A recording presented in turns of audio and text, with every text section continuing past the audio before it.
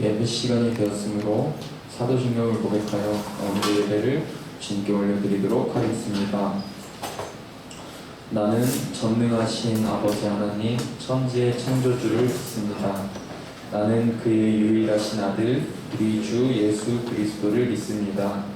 그는 성령으로 잉태되어 동정녀 마리아에게서 나시고 본디오 빌라도에게 고난을 받아 십자가에 못 박혀 죽으시고 장사된 지 사흘 만에 죽은 자 가운데서 다시 살아나셨으며 하늘에 오르시어 전능하신 아버지 하나님 우편에 앉아 계시다가 거기로부터 살아있는 자와 죽은 자를 심판하러 오십니다. 나는 성령을 믿으며 거룩한 공교회와 성도의 교제와 죄를 용서받는 것과 몸의 부활과 영생을 믿습니다. 네.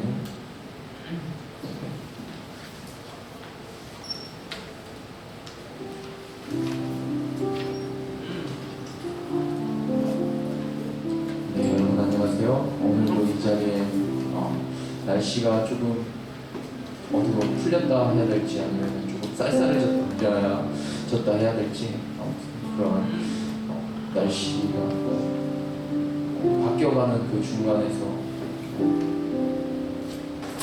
여전히 이 자리에 계시고 이 자리에 나오신 여러분들을 환영하고 축복합니다. 우리 삶 가운데서 갈급이라는 생각을 했을 때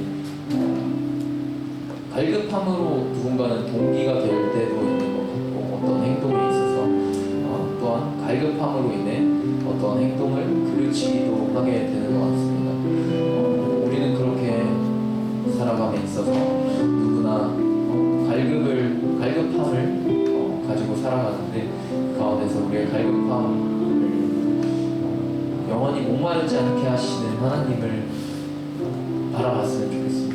결국에는 우리를 푸른 초장으로 인도하시고 우리의 그 갈급함을 영원한 생수로 채우실 그 하나님을 기대하셨으면 좋겠고 또한 바라보셨으면 좋겠고 또 누군가의 갈급이 보인다면 그것이 때문에 우리가 하나님께로 누군가를 인도할 수 있는 기회가 될 수도 있다고 생각했을 때 우리 가운데 안에 그분을 또 그 사람을 아니면 혹은 내 자신을 하나님께 드릴 수 있는 그러한 갈급함의 문제로 그리고 또 해결할 수 있는 갈급함으로 이끌어 가실 여러분들을 소망하고 또한 응원하겠습니다.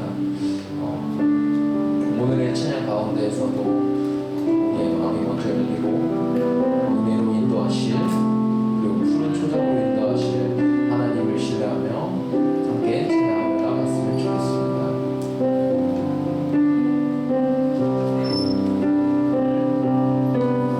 주님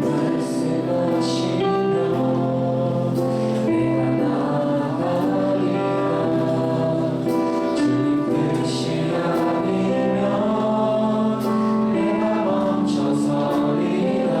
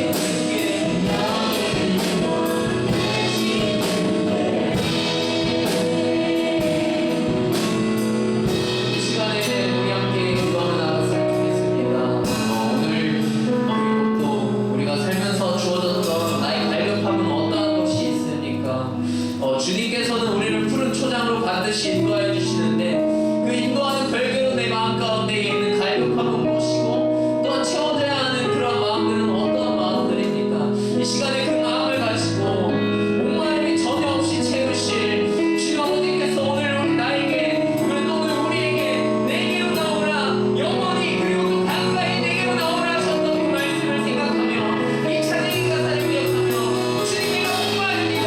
주님 내가 갈급합니다. 주님 아버지 인도하시를 믿지만 그 가운데에서 인간적인 마음으로 갈급합니다. 그러나 주님 아버지 당신의 그 목마름을 채우심을 믿습니다. 그 목마름을 내가 신뢰합니다. 목마름을 채우실 것을 신뢰합니다. 이 시간에 주님의 이름을 한번 외치고 기도할 때 주님 아버지 나의 목마름을 채우시고 나의 부족함을 주님 아버지 그 푸른 주당으로 인도해달라고 주 아버지 이름을 한번 부르며 이 시간에 한번 기도합시다. 주여 주 아버지 우리 목마름을 드립니다. 주 아버지 우리 갈급함을 드립니다. 우리 안에 말하지 못하는 갈급함이 있을 줄 압니다. 주 아버지 그 푸른 주당으로 인도하신다는 그 사실과 그 믿음과 그에게도 내 마음에 갈급함이 있고 내 마음에 흔들림이 있습니다. 누구에게나 필요한 그 갈급함, 누구에게나 필요한 그 목마름, 누구에게나 있을 그런 목마름 가운데에서 주 아버지 당신의 그 샘수를 마시기 원합니다. 주 아버지의 그 부흥을 하기를 원합니다. 아버지께서 인도하신 가운데서 땅을 가기를 원합니다. 우리의 목마름이 있습니다. 우리의 부족함이 있습니다. 우리의 갈급함이 있습니다. 주 아버지 우리의 갈급함을 채우시옵소서. 우리의 갈급함을 아버지의 길로 인도할 때에 그것도 채우시옵소서. 주 아버지 주 오늘 우리에게 나오라고 하시는 말입니다.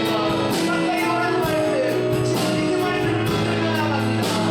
아버지 그 마음을 알 수 있도록 하시고 아버지 그 마음 가운데에 우리가 함께 한번 풀어 나갈 수 있는 그런 말씀을 낼 수 있는 우리의 그런 갈급함이 그런 마음으로 나아갈 수 있도록 해주셔서 나에게 갈급함이 주어지는 것을 주 아버지 그것에 좌절하는 것이 아니라 그 갈급함을 해결할 수 있는 주님을 신뢰할 수 있는 그런 자신 주님 한번을 만날 수 있는 주 아버지 그것에 우리의 모습을 맞추려 합니다. 아버지를 바라볼 수 있는 우리의 시선이 머물기를 원합니다. 그곳에 우리의 시선이 닿기를 원합니다. 나에게 주는 것이 아니라 나의 갈급함을 문제해 주는 것이 아니라 이끌어가실 하나님의 마음을 이끌어 가시고 이끌어 가실 아브라함의 하나님 그런 이삭의 하나님을 알 수 있도록 해주셔서 그곳에 만났을 때에 그곳에 소망이 있고 그곳이 나의 소망이 될 때를 믿습니다. 그런 곳을 알 수 있는 것이 그런 넓은 평야 주실 것이며 우리를 푸른 천으로 인도하실 것이며 우리를 밝은 내일로 인도하실 것입니다. 우리의 지금 갈급함 우리의 지금 결핍 우리의 지금 부족함 그런 것을 달리면서 우리를 인도하시고 아버지 하나님을 바라볼 때에 그 순간은 우리의 지금 그런 어려움을 알게 하시고 세상은 돌을 내는 그런 우리 가운데에 주어진 결핍이 있지만 그런 결핍을 나로 해결하는 것 아닌 아버지께 실패하며 아버지 실패하며 나갈 수 있는 그런 마음을 주시옵소서. 주 아버지 우리의 약점 가운데 일하십니다. 아버지는 우리의 결핍 가운데 일하십니다. 우리 결핍을 채우십니다. 우리의 목마름을 채우십니다. 아버지 하나님 당신의 뜻입니다. 지금 당신은 내게 주십니다. 아버지는 길을 만드시며 아버지는 그런 우리의 삶을 이끌어 가십니다. 우리를 향한 계획이 있으시며 우리를 주어진 발밑길로 인도하여 주시니 그리고 우리에게서 너무 그만하시는 주어진 그 말씀을 기억해 나갑니다. 주어진 오늘 이 시간에 내가 주님께로 나아갑니다. 우리 결핍 가지고 주님께로 나아갑니다. 우리 부족함 가지고 주님께로 나아갑니다. 우리 연약함 가지고 주 아버지께로 나아갑니다. 우리 연약함을 인도해주시고 우리 연약함 가운데서 아버지의 일을 하실 수 있는 그런 자리가 마련되기를 원합니다. 주 아버지 주 아버지 그런 삶을 살 수 있도록 주 아버지 원하여 주시옵소서. 하나님 감사합니다. 예배하는 이 자리를 허락하시고 지체들과 함께 예배하게 하심에 감사드립니다. 우리가 더욱 마음을 모아 하나님을 찬양하며 예배하는 자리를 채워가기를 힘쓰는 자들이 되길 원합니다. 하나님 이제 수련회를 앞두고 있습니다. 거룩 그리스도인의 정체성이라는 주제로 진행되는 수련회를 통해 거룩함이 무엇인지 그리고 삶 속에서 거룩한 하나님의 백성으로서의 삶을 살아내는 방법에 대해서 고민하고 또 이를 살아내는 살아내고자 다시금 다짐하며 힘을 얻는 시간이 되기를 소망합니다. 준비하는 모든 손길들 가운데에 은혜와 지혜를 더하여 주시고 온전히 하나님과 더욱 친밀히 호흡하며 준비할 수 있도록 인도하여 주세요. 하나님의 거룩하신 성품을 알아가고 거룩을 우리의 삶에 담아내는 귀한 자리에 많은 청년들이 함께 나아오기를 기도합니다. 주님, 이제 말씀을 듣습니다. 목사님의 입을 통하여 선포되는 하나님의 말씀 앞에 우리가 마음을 열고 진실되게 반응하기를 원합니다. 각 사람의 마음과 생각에 하나님의 말씀이 깊이 새겨지고 살아가는 세상 속에서의 삶에서 하나님께서 우리와 동행하시며 우리의 삶 속에서 세밀하게 일하고 계심을 깊이 깨닫는 시간이 되길 소망합니다. 모든 상황을 통하여 신실하게 하나님 나라를 이루어가고 계심을 기억하며 부활하셨고 다시 오실 예수 그리스도의 이름으로 기도합니다. 아멘.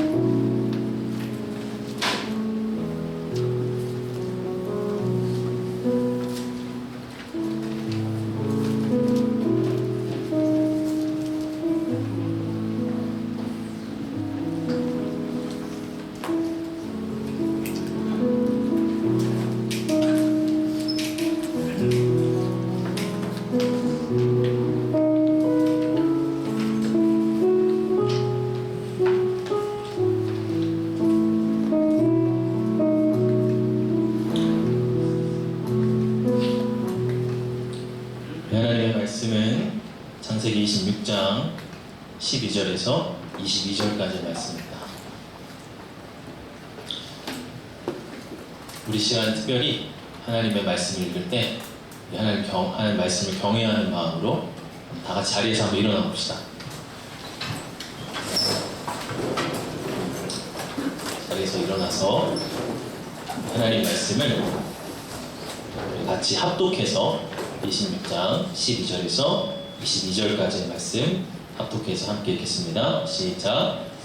이삭이 그 땅에서 농사하여 그에게 100배나 얻었고 여호와께서 복을 주심으로 그 사람이 창대하고 왕성하여 마침내 거부가 되어 양과 소가 떼를 이루고 종이 심이 많으므로 블레셋 사람이 그를 시기하여 그 아버지 아브라함 때에 그 아버지의 종들이 판 모든 우물을 막고 흙으로 메웠더라. 아비멜렉이 이삭에게 이르되 내가 우리보다 크게 강성한즉 우리를 떠나라. 이삭이 그곳을 떠나 그랄 골짜기에 장막을 치고 거기 거류하며 그 아버지 아브라함 때에 팠던 우물들을 다시 팠으니 이는 아브라함이 죽은 후에 블레셋 사람이 그 우물들을 메웠습니다. 이삭이 그 우물들의 이름을 그의 아버지가 부르던 이름으로 불렀더라.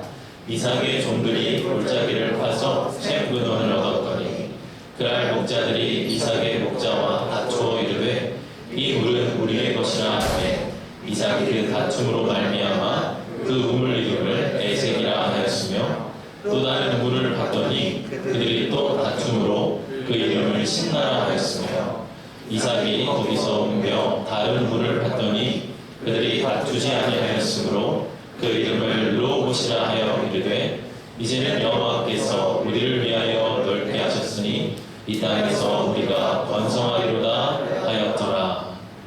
이것은 하나님의 말씀입니다. 자리에서 앉으시겠습니다.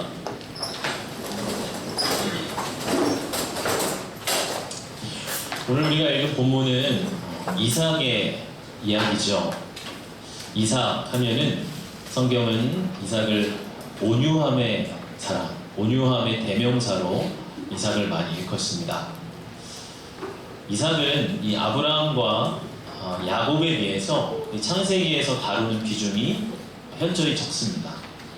아브라함의 경우는 창세기 12장부터 25장에 걸쳐서 총 14장에 걸쳐 그 이야기가 다루어집니다.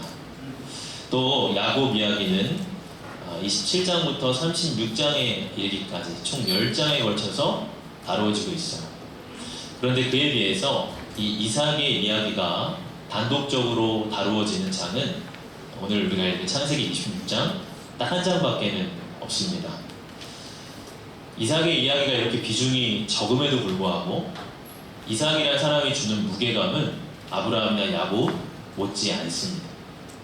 이 이삭은 구약 성경 중에서도 예수님을 가장 선명하게 예표하는 그런 인물로 인정이 되고 또 여겨지죠. 여러분, 이삭의 모습은 그의 아들인 야곱의 모습과 상당히 대비가 됩니다. 이 야곱의 인생은 움켜쥐는 인생이었어요. 야곱이 태어날 때부터 그의 쌍둥이 형 에서의 발목을 움켜쥐고서 태어나죠. 그리고 야곱은 형과 아버지를 속여서 그 장자권을 쟁취를 합니다. 또 외삼촌인 라반에게 꾀를 부려서 그것으로 부자가 되기도 하죠. 이렇게 야곱의 삶을 보면은 막 스스로 애를 쓰면서 쟁취하고 투쟁하고 움켜쥐는 그런 모습이 강해요. 심지어는 하나님의 천사의 허리춤을 움켜쥐고 씨름했던 야곱이죠. 그런데 반면에 이 이삭의 모습은 참 물러서는 인생이라고 말할 수가 있습니다. 아브라함이 이삭을 번제단에 바칠 때 이삭이 어떻게 하죠? 이 아버지의 그 행동, 정말 납득할 수 없는 그 행동에 순순히 순복하고 그대로 따르는 모습을 볼 수가 있어요. 이삭은 굉장히 조용한 사람이고 또 순종의 사람입니다. 그런데 아브라함, 이삭, 야곱의 삶을 쭉 살펴보면 그 중에 이삭의 삶이 제일 복을 많이 받은 것 같아요. 오늘 우리 본문에서도 이삭이 거부가 되고 여호와께 복을 받았고 왕성하고 창성한 사람이 됐다, 그런 이야기가 여러분 있지 않습니까? 야곱의 경우에는 훗날 자기 인생을 돌아보면서 야곱이 바로 앞에서 자기의 인생을 약술하기를 내 나그네 길의 세월이 130년입니다. 험악한 세월을 보냈습니다. 그렇게 이야기를 해요. 자기의 고백처럼 이 야곱의 삶은 참 험악하고 굴곡진 삶이었습니다. 근데 그에 비해서 이삭의 삶에는 어떤 그런 큰 시련이나 어떤 그런 큰 아픔과 같은 것이 보이지 않아요. 그런 시련 없이 장수하며 살았습니다. 물론 어찌 보면 인간적인 기준이라 할 수 있겠지만 이 이삭의 삶이 조용하면서도 가장 평탄한 그런 삶을 누리지 않았나, 그렇게 생각이 되어져요. 여러분, 세상은 치열하게 경쟁하고 움켜쥐고 또 쟁취해야 성공한다라고 말을 합니다. 조용히 있다가는 빼앗기기 십상이고 도태되기 쉽다, 그렇게 말합니다. 그러나 이삭의 삶을 볼 때에 이삭은 조용히 온유함 가운데 하나님과 동행하며 하나님의 복을 받아 누린 삶이라 이야기할 수가 있어요. 여러분, 예수님께서도 뭐라고 말씀하십니까? 마가복음 5장 5절을 보면 온유한 자는 복이 있나니 그들이 땅을 기업으로 받을 것이다. 참 우리의 생각과는 좀 안 맞아요. 온유한 자가 땅을 기업으로 받는다. 아니, 꾀를 부리고 계산에 빠르고 눈치가 빠른 사람, 빨리빨리 뭔가를 알고 움직이는 사람이 땅을 기업으로 얻을 것 같은데 온유한 자가 땅을 기업으로 받는다, 그렇게 말씀하고 있습니다. 어찌보면 이 말씀이 이삭의 삶에서 그대로 성취되는 것을 우리는 보게 돼요. 오늘 우리가 읽은 본문도 바로 그런 이삭의 성품, 또 그러한 이삭이 받은 축복을 우리에게 보여주고 있습니다. 이삭이 가나안 땅에서 흉년이 들었어요. 그래서 그랄이라고 하는 지역으로 이주를 하게 돼요.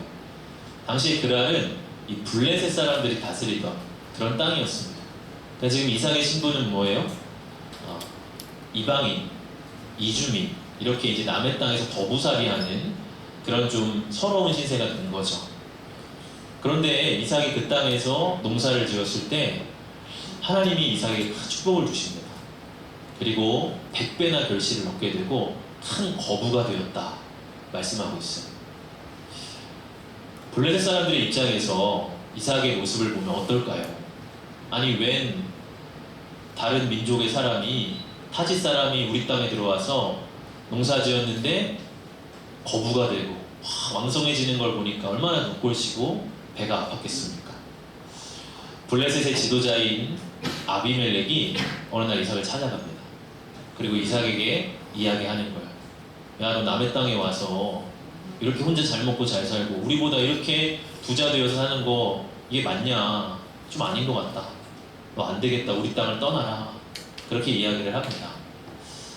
이삭은 그 말에 대해서 어떠한 대꾸도 없이 그냥 그 자리를 떠나요. 그리고 그랄 골짜기라고 하는 곳에 장막을 치고 거류를 하게 됩니다. 그랄 골짜기, 여전히 그랄 지역이긴 하지만 골짜기지요. 뭐 농사를 지을 수도 없고 또 사람이 거주하기에도 쉽지 않은 환경입니다. 그래서 이삭은 거기에 장막을 치고 머물 생각을 하게 돼요. 어느 날 이삭이 이 그랄 골짜기에서 땅을 파다가 우물물이 터지게 됩니다. 요즘에도 이렇게 어디 땅을 팠는데 온천이 터졌더라. 그래서 그 사람 완전히 떼부자 됐다. 막 그런 이야기를 제가 들은 적이 있는데, 고대 중동에서 우물이 터졌다는 것은 거기에 버금가는 그런 사건인 거죠. 당시의 물은 지금도 그렇지만 생명수입니다. 그리고 그 더욱 무더운 지역에서 이 우물은 참 이 마을 전체에게, 공동체에게 정말 소중한 재산이라고 할 수가 있어요. 그런데 이 지역에서 우물이 터진 거죠. 이삭이 우물을 파서 우물물이 터졌다 하는 소문을 블레셋 사람들이 또 듣게 됩니다. 그래서 이 그랄의 목자들이 찾아와서 이삭의 목자들한테 막 시비를 거는 거예요. 우물물을 깃고 있는 목자들한테 시비를 겁니다. 야, 너 이거 우리 땅에서 샀잖아. 이거 우리 거야. 이렇게 막 억지를 부립니다. 그랄 골짜기 버려진 땅이었는데 이삭이 개간을 한 거예요. 이삭이 파서 얻은 거예요. 그런데 그들이 막 억지 주장을 피우는 거죠. 그러자 이삭은 이 우물의 이름을 에색이라고 이름을 짓고 거기를 떠납니다. 이 에색이라고 하는 뜻은 다툼이라고 하는 뜻을 가지고 있어요. 또 다른 지역에 가서 이삭이 또다시 우물을 팝니다. 근데 또 이번에도 우물이 터졌어요. 또 소문을 듣게 됩니다. 또다시 이삭을 찾아옵니다. 이거 우리 지역에서 팠지 않냐? 이거 우리 거다. 이렇게 또 말도 안 되는 주장을 피우죠. 이삭이 이번엔 어떻게 할까요? 또다시 그 우물을 남겨두고 떠납니다. 그 우물의 이름을 신나라고 이름을 짓습니다. 이 신나는 대적, 반대라고 하는 시트나 사탄이라고 하는 것과 똑같은 어근을 가져요. 대적이라고 하는 뜻을 갖는 이름입니다. 이렇게 이제 신나라는 이름을 짓고서 또 그 지역을 떠나게 되죠. 이삭은 세 번째로 또 우물을 팝니다. 이번에도 우물물이 터졌어요. 아니, 우물물을 한 번 파서 터지는 것도 정말 로또 당첨되는 것처럼 힘든 일인데 세 번이나 연달아서 팔 때마다 우물이 터지는 거예요. 그제서야 이 블레셋 사람들이 이삭에게 시비를 걸지 못합니다. 야, 저 사람 뭔가 있나 보다. 야, 저 사람 하나님의 특별한 은혜를 입은 사람이구나. 저 사람 함부로 하면 안 된다. 해가지고 이제 블레셋 사람 더 이상 접근하지 못하게 되죠. 이삭은 그 마지막 우물의 이름을 르호봇이라고 이름을 짓습니다. 르호봇이라고 하는 뜻은 크다, 넓다 라고 하는 뜻을 가지고 있어요. 아마 이 우물을 판 그 지역이 넓고 큰 지역이었던 것 같습니다. 그리고 이삭은 마침내 이렇게 고백을 합니다. 여호와께서 우리를 위하여 넓게 하셨으니 이 땅에서 우리가 번성하리로다. 이렇게 고백을 합니다. 여러분, 우리 삶이 에색의 삶일 때가 있습니다. 사람들의 경쟁과 이 다툼 속에 우리가 내몰릴 때가 있어요. 그럼 때로 억울한 순간들이 우리 삶에 있습니다. 학교에서, 직장에서 내가 열심히 해놓은 프로젝트를 남이 홀라당 가져가 버리는, 공로를 빼앗겨 버리는 그런 경험을 하게 돼요. 어쩌면 우리는 끊임없는 경쟁과 다툼 속에 있는 우리의 삶은 에색의 삶일 수도 있어요. 여러분, 때로 우리의 삶은 신나이의 삶일 수도 있습니다. 사람들의 반대와 대적에 직면하기도 하며 내가 열심히 파놓은 우물을 그냥 흙으로 메워버리는 것처럼 막아버리기도 해요. 또 아까 신나가 사탄과 똑같은 어근을 가지고 있다고 말씀을 드렸죠. 우리 삶에 보이는 사람들의 대적뿐만 아니라 보이지 않는 악한 힘, 사탄의 세력이 우리를 대적합니다. 하나님 앞에 선한 삶을 살고자 하는 우리를 계속 대적하고 가로막게 되죠. 그러나 오늘 본문이 우리에게 주는 소망은 하나님은 우리를 르호봇의 삶으로 인도하신다고 하는 거예요. 다툼과 반대가 있는 자리에서 넓고 평탄한 자리로 하나님 우리를 이끌어 가십니다. 그 일을 위해서 이삭이 한 것은 다른 게 없어요. 그저 계속 우물을 팠던 것입니다. 다툼의 현장 속에서 세상 사람들과 다투거나 자기의 힘으로 싸우거나 하지 않고 그저 하나님을 신뢰하며 우물을 팠어요. 그럴 때 하나님께서 그에게 놀라운 복을 주십니다. 그리고 세상 사람들로 하여금 그의 은혜와 복을 증명하며 마침내 승리하게 하십니다. 여러분, 우리는 다 르호봇의 은혜를 받아 누리기를 원합니다. 에색과 신나의 삶을 이제 벗어나서 하나님이 우리를 번성케 하시는 르호봇의 은혜를 누리기를 원해요. 그래서 우리는 끊임없이 우리 삶의 우물을 파고 있습니다.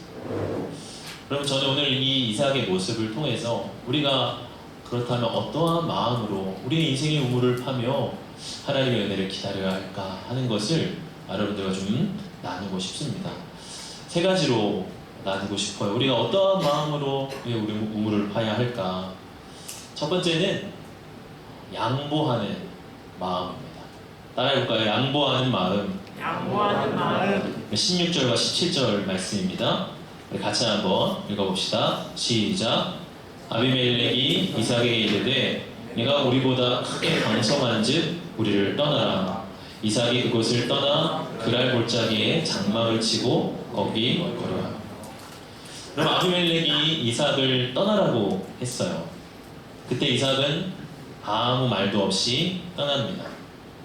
사실 이삭은 이 아비멜렉과 맞붙을 수 있는 힘이 충분히 있었어요. 이삭은 거부가 되었고 종이 심이 많았다고 기록을 하고 있습니다. 당시에 종은 허드렛 일 하는 종만 있는 것이 아니라 군사적으로 싸울 수 있는 그러한 종도 항상 갖추고 있었어요. 아비멜렉의 말 속에서도 그게 증거가 되죠. 16절을 다시 보면 네가 우리보다 크게 강성하다 이렇게 말하고 있어요. 그러니까 아비멜렉도 인정하는 것이죠. 이삭의 새가 이 블레셋의 새보다 더 강했어요. 여러분, 그러면은 이삭이 여기에다 대고 나 안 떠나겠다 할 수 있지 않습니까? 아니면 적어도 그냥 한 번의 항의라도 할 수 있지 않습니까? 내가 왜 떠나야 하는가? 이렇게 말이라도 할 수 있지 않을까요? 그런데 여러분, 이삭은 물러납니다. 이삭은 그것을 양보해버리고 떠납니다. 여러분, 후에 하나님께서 이삭에게 르호봇의 땅을 주시죠. 그런데 하나님께서 르호봇의 땅을 주시기 전에 먼저 이삭에게 르호봇의 마음을 주셨어요. 그에게 먼저 넓은 마음, 큰 마음을 먼저 주셨다고 하는 거예요. 르호봇의 땅이 중요한 것이 아니라 이삭이 가지고 있었던 이 르호봇의 마음을 우리가 주목해야 합니다. 여러분, 하나님의 복을 받아 누리는 사람은 그 마음이 넓어집니다. 하나님의 복과 은총을 아는 사람은 그 마음에 여유가 있습니다. 작은 것 때문에 연연하고 아기다툼하지 않습니다. 하나님의 복을 경험했기 때문이죠. 하나님이 주실 더 큰 복을 바라보면서 당장의 작은 것들에서 물러날 수 있는 그러한 르호봇의 마음이 하나님의 사람들에게는 있는 것이죠. 여러분, 세상에서 작은 것으로 인한 시시비비를 우리가 많이 보게 돼요. 도로에서 흔히 일어나는 이런 접촉사고들을 보면 결국 서로 한치도 양보하지 않겠다는 것 때문에 일어나는 일 대부분입니다. 사람들이 이렇게 서로 양보하지 못하는 것은 그 마음 안에 늘 빼앗기지 않으려, 늘 마음 안에 좁은 이 하나님의 참 복을 알지 못하는 그런 늘 좁은 마음과 조바신나는 마음 때문입니다. 여러분, 요한복음 5장을 보면 거기에 나오는 베데스다 연못을 우리가 잘 알죠.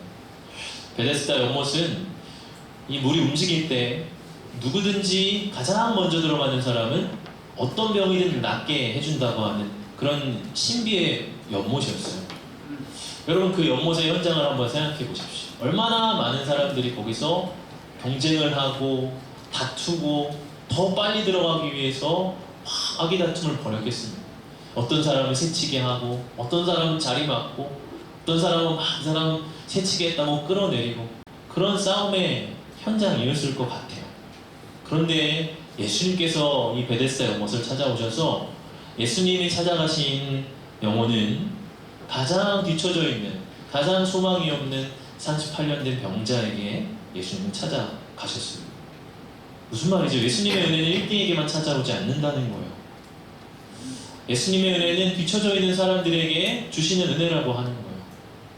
세상에서 빨리 달리고 경쟁하고 내가 움켜져서 그 은혜를 쥐는 것이 아니라는 거예요.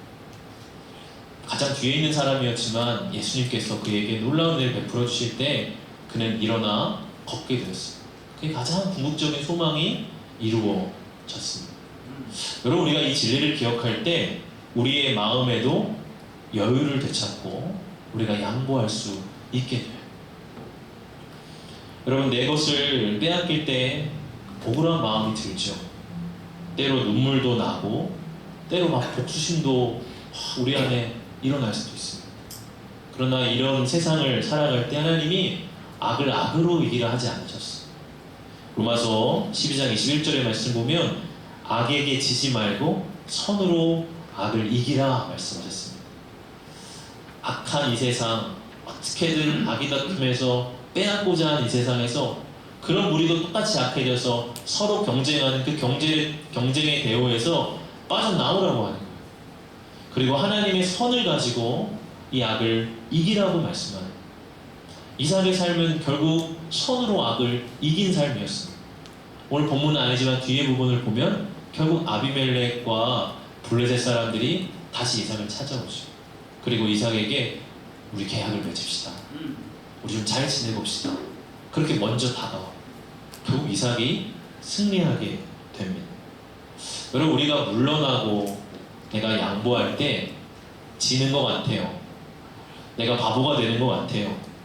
그러나 믿음으로 우리가 물러나고 믿음으로 우리가 양보할 때 하나님 결국 그에게 더 큰 것을 주십니다. 하나님 그러한 자에게 더 큰 승리를 주십니다. 여러분, 당장의 짧은 시각으로 내 눈앞의 것만 바라보지 마세요. 영원하신 하나님을 주목하면서 사십시오. 그럴 때 우리가 하나님의 진정한 승리, 하나님의 진정한 복을 받아 누릴 수가 있는 것입니다. 우리에게 이러한 양보하는 마음이 필요하다면 두 번째 우리가 이삭에게서 좀 보고 싶은 마음은 바로 포기하지 않는 마음. 따라해볼까요? 포기하지 않는 마음. 여러분, 21절의 말씀을 봅시다.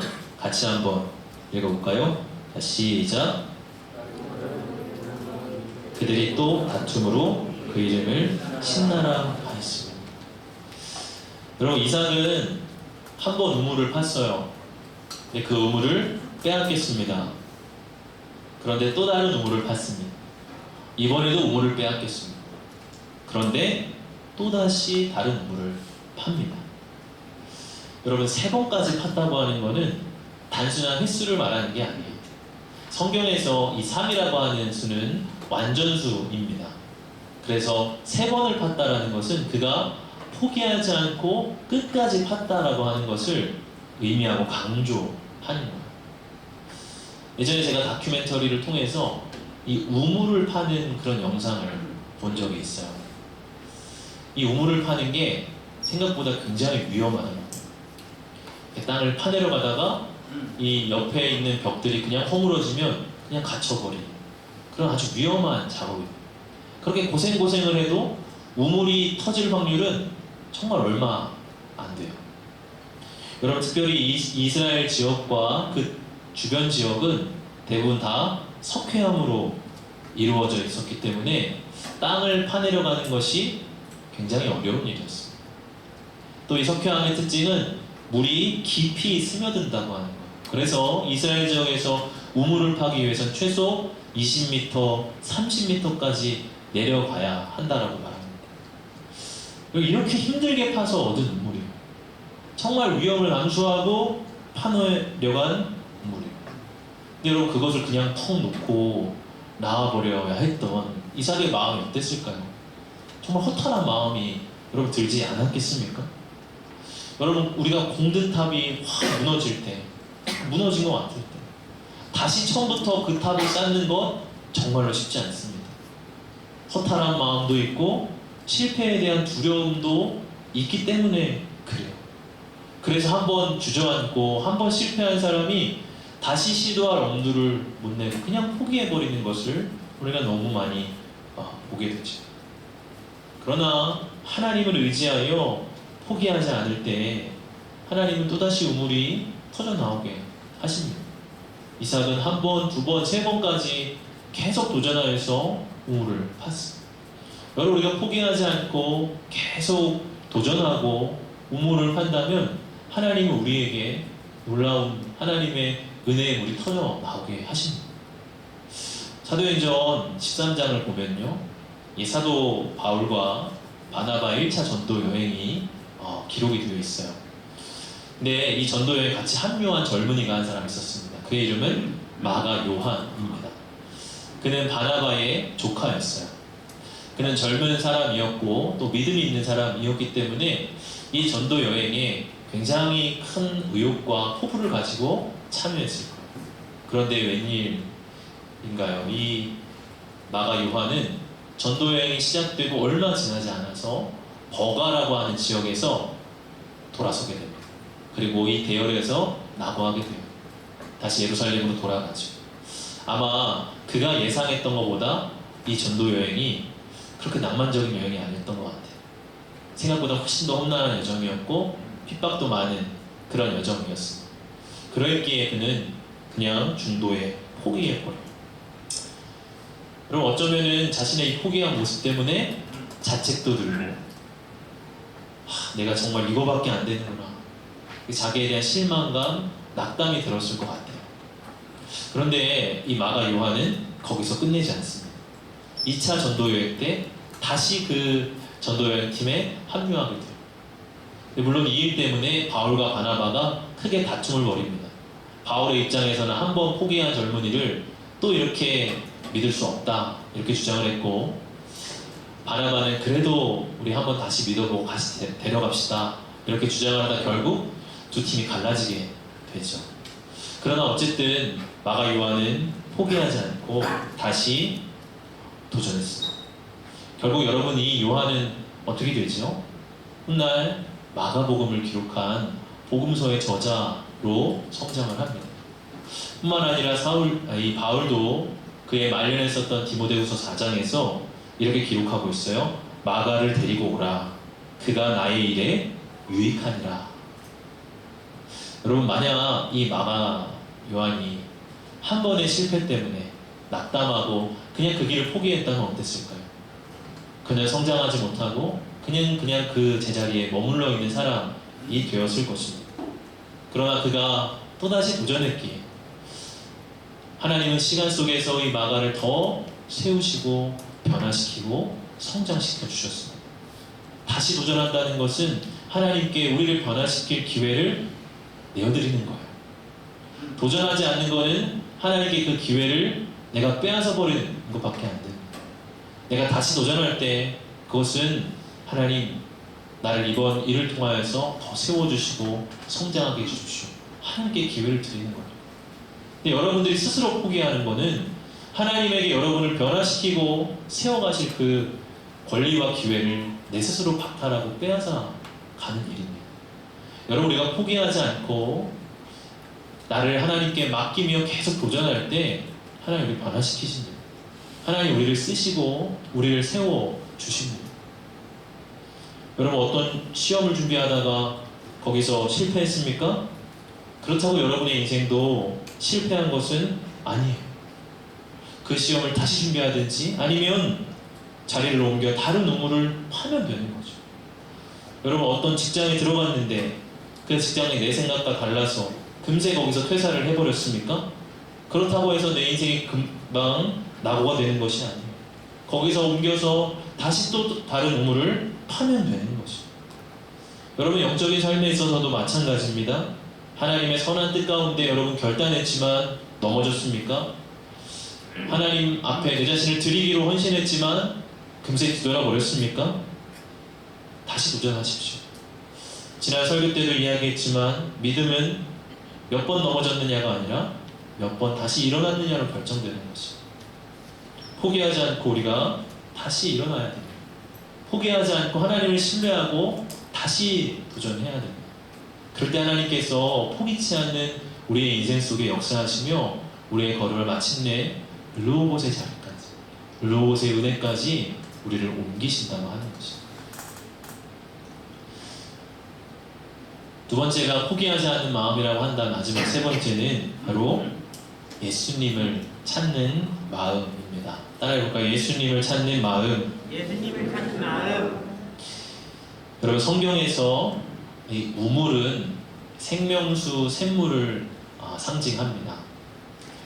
대표적인 예로 우리가 사마리아 우물가에 있었던 여인을 볼 수가 있죠. 요한복음 4장을 보면 사마리아 여인이 물을 기르러 우물가로 나옵니다. 그때 이 우물가 곁에 예수님이 계세요. 이 여인과 대화를 나누며 이 여인에게 깨닫게 하십니다.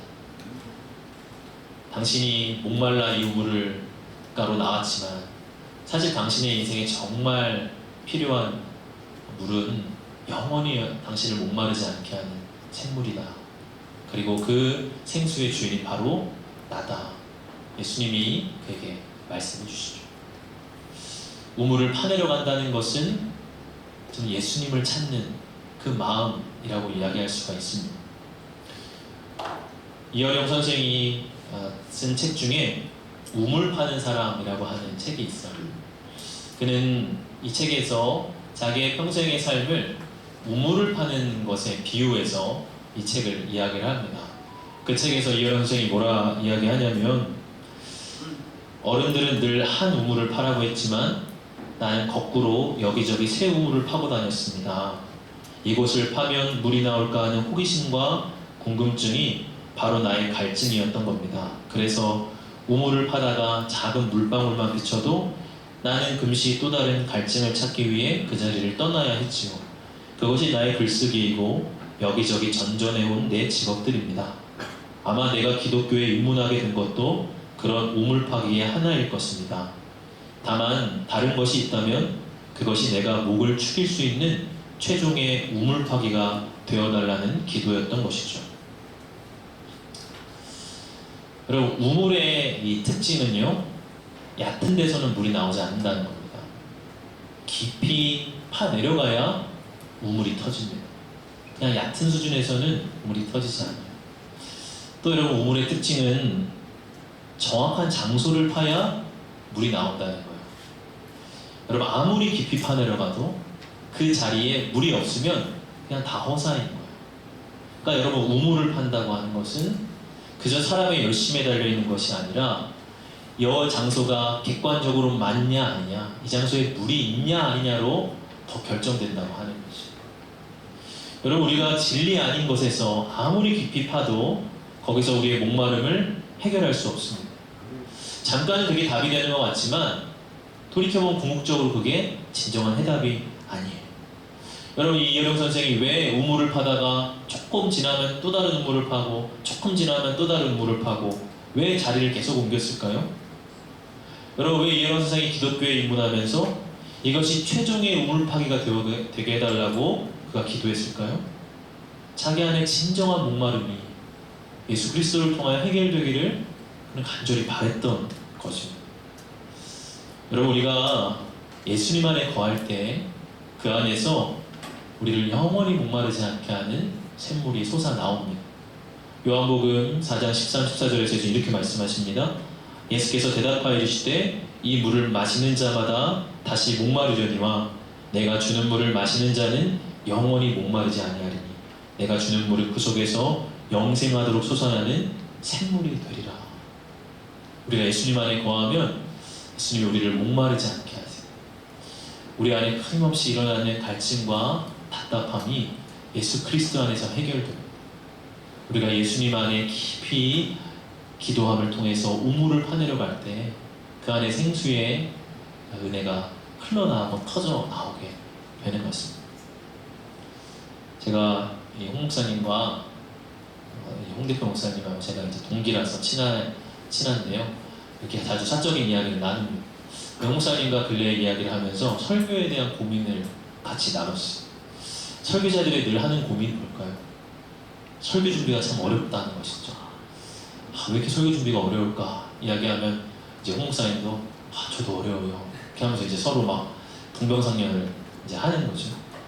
그래서 막 이전에 어떤 때는 내 안에 설교할 내용들이 넘쳐나서 그냥 설교가 막 술술술술 써지고 그리고 막 설교할 때 그 안에 막 힘이 실리고 막 그랬던 때가 있었는데 요즘엔 그런 경험을 좀 못한 것 같아요. 그렇게 막 서로 주고받았어요. 그래서 제가 이제 했던 말이 뭐였냐면 5년 동안 매주일 똑같은 청년들한테 똑같은 설교자가 설교 전하는데 당연히 한계가 있지 않겠냐. 참 듣는 청년들도 대단하고 매주 전하는 나도 대단하다. 이제 이렇게 이제 이야기를 나눴습니다. 근데 참 그런 것 같아요. 설교할 때마다 설교 준비할 때마다 제가 제 자신의 한계에 부딪혀요. 제 안에 생각의 우물이 다 말라버린 것 같은 느낌이 들 때가 있어요. 제 안에 언어의 우물이 이제 막 쓰다 더 이상 바닥을 드러내서 더 길어 올릴 것이 없는 느낌. 어떤 메시지도 더 이상 나오지 못할 것 같은 메말라버린 느낌을 제가 설교자로서 받을 때가 있어요. 근데 제가 그렇게 생각을 하다가 유일한 방법이 뭘까? 유일한 방법은 더 깊이 파내려가는 것밖에 없겠다. 더 깊이 파내려가는 것. 예수님께로 돌아가서 그분 안에서 더 깊이 우물을 파내려가야 거기서 다시 물이 솟아나 다시 내 생각과 묵상의 우물을 예수님이 채우시지 않을까 그런 생각을 하게 돼요. 그래서 제가 제 요즘의 삶은 그냥 예수님 안에서 계속 우물 파고 있는 그런 심정으로 제가 살아가고 있습니다. 예수님이 당신은 영원히 계속해서 솟아나는 샘물이라 하셨으니 그 말씀 붙들고 그 샘물이 내 생각은 메마를지라도 예수님 안에 메마르지 않을 것을 믿으면서 그냥 우물을 파보고 있습니다. 사랑하는 우리 청년 여러분, 메말라버린 분 계십니까? 더 이상 예배에 감격이 없는 분 계십니까? 더 이상 은혜를 소그룹 가운데 뭔가 이렇게 이야기를 하는데 신앙의 언어를 내뱉긴 내뱉는데 그게 뭐 다 진부한 것 같이 그렇게 막 느껴지는 분 여러분 혹 계십니까? 더 깊이 파내려 가길 원합니다. 우리가 얕은 수준에 머물면서 그 얕은 경험 속에서 그 메말라 버림을 탄식할 수 있겠죠. 그러나 주님이 우리에게 더 깊이 우물을 파내려 가라 말씀하십니다. 여러분 우리가 예수님 안에 정확히 자리매김해서 우물 파면 오늘 이삭처럼 3번을 파면 3번이 터질 것이고 5번을 파면 5번이 터질 것이고 예수님 안에서 우리를 하나님이 실망시키지 않으실 것입니다. 말씀을 정리합니다. 오늘 우물 파는 이삭의 모습을 통해서 여러분들과 3가지 마음을 함께 나눴습니다. 첫째는 양보하는 마음을 갖자. 너무 세상의 사람들처럼 막다구니 하지 말고 하나님의 주시는 로봇의 마음을 위하여 먼저 품자. 두 번째는 포기하지 말자.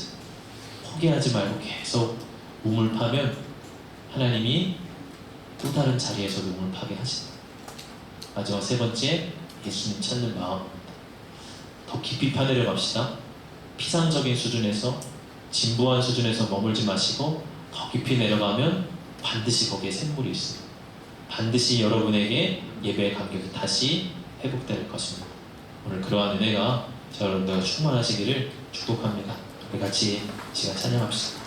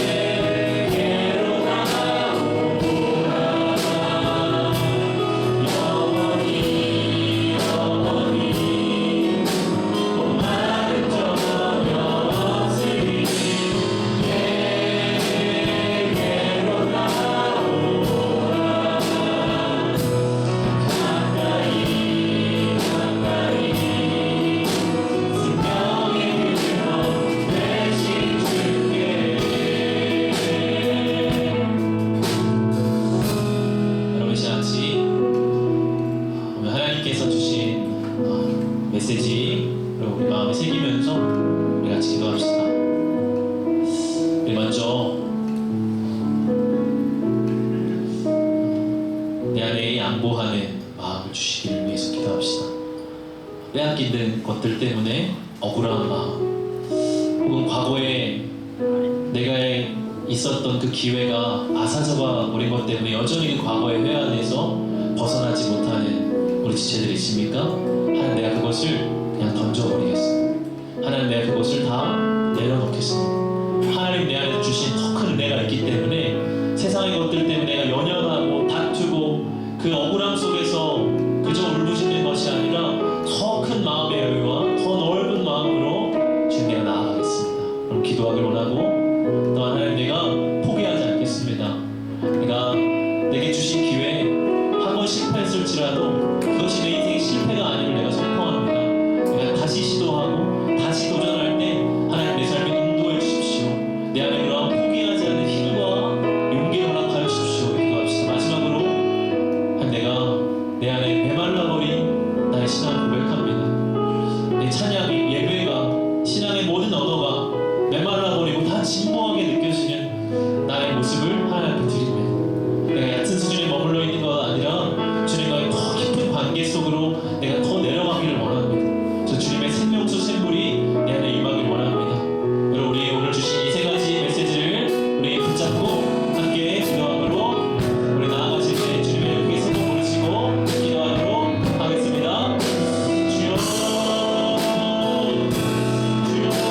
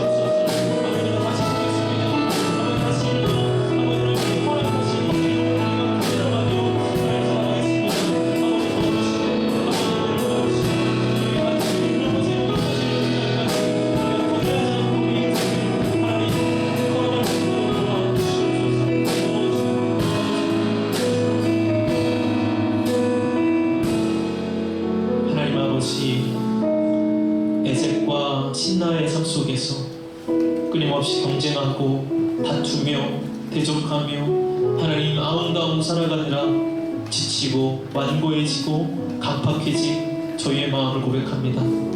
그런 세상에 살 때 하나님의 방법이 틀린 것 같고 예수 그리스도의 길이 바보 같은 길 같고 어리석은 길 같이 느껴질 때가 있습니다. 그래서 나도 5년 중에 세상의 질서 속에서 세상의 모습을 따라서 하나님 살아가면 나의 신앙이 나약해지고 하나님 향한 시선도 흐려졌음을 고백합니다. 이 시간 다시금 예수 그리스도 안에서 하나님 우리에게 주신 말씀의 우물을 깊이 파내려가기를 원합니다. 기도함을 통하여서 묵상함을 통하여서 주님 다시 주님과의 깊은 관계 속에 주님 주시는 생명수 샘물을 맛보기를 원합니다. 주여, 우리 모든 성도들 메말린 심령 속에 주의 생명 샘물이 흘러넘치게 하여 주옵소서. 세상의 어느 곳으로도 채울 수 없는 우리의 목마름이 예수님 안에서 채워지게 하여 주시고 그 은혜를 맛보게 하여 주셔서 아버지 하나님 이 인생을 하나님 주신 그 길을 끝까지 포기하지 않고 다시 도전하며 걸어갈 수 있는 우리 귀한 청년들의 삶이 되게 하여 주옵소서. 하나님 앞에 귀한 예물을 올려드립니다.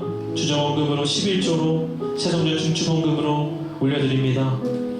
또한 하나님을 알고 하나님이 기뻐하시는 것을 기뻐함으로 나아갈 때 하나님께서 동행하여 주시 감사드립니다.